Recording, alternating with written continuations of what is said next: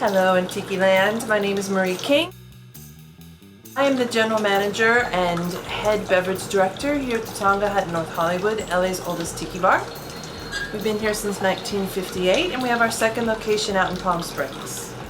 But more important to our journey, we do the Grog Log here in North Hollywood. I got my start making tiki drinks back in 2004, 2005 when Jeff Berry was working on his Tome Sippin' Safari. So I got to learn from the pro how to make these drinks. We started making drinks out of the Grog Log here back, 2007, 2008. Someone brought in the book and said, here, you don't make good tiki drinks, so here's a list of recipes so you can make some good tiki drinks. So back in 2010, someone said, hey, what happens if we finish all these drinks in the Grog Log? We created the Loyal Order of the Drooling Bastard. This is our Drooling Bastard because the poor guy's been drooling there since 1958. What is the Grog Log? The Grog Log was the first cocktail recipe book that Jeff Berry, Beach Bum Berry, put together back in the early 2000s.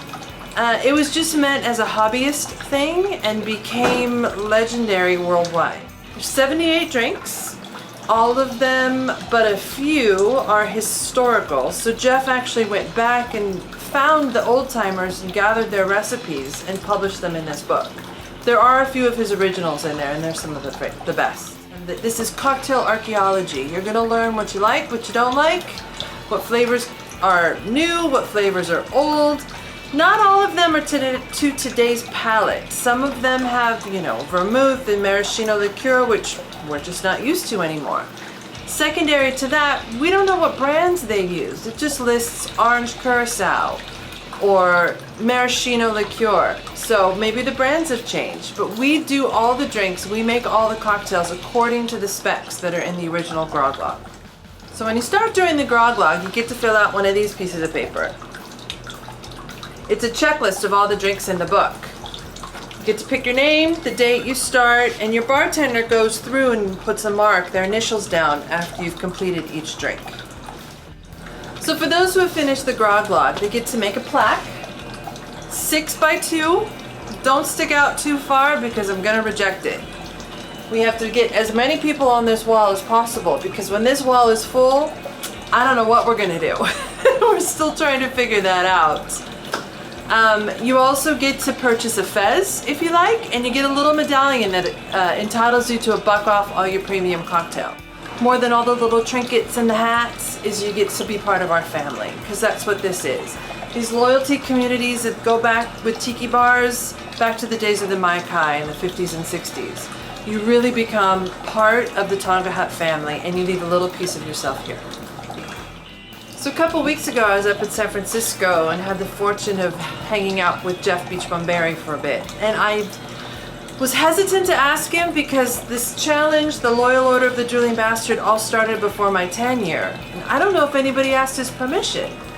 So I was able to sit down with him and say, hey man, what do you think of all this that we're doing? And he is over the moon, excited and honored and stoked that we're paying tribute to him, his work, his creativity, and perpetuating the history of tiki and the Grog Log.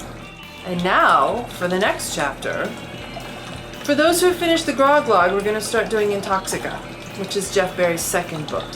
Also, about 78, 80 drinks in there, and when you finish that, we've got a couple surprises up our sleeve, but most importantly, you're going to be able to get a golden Drooling Bastard tiki mug.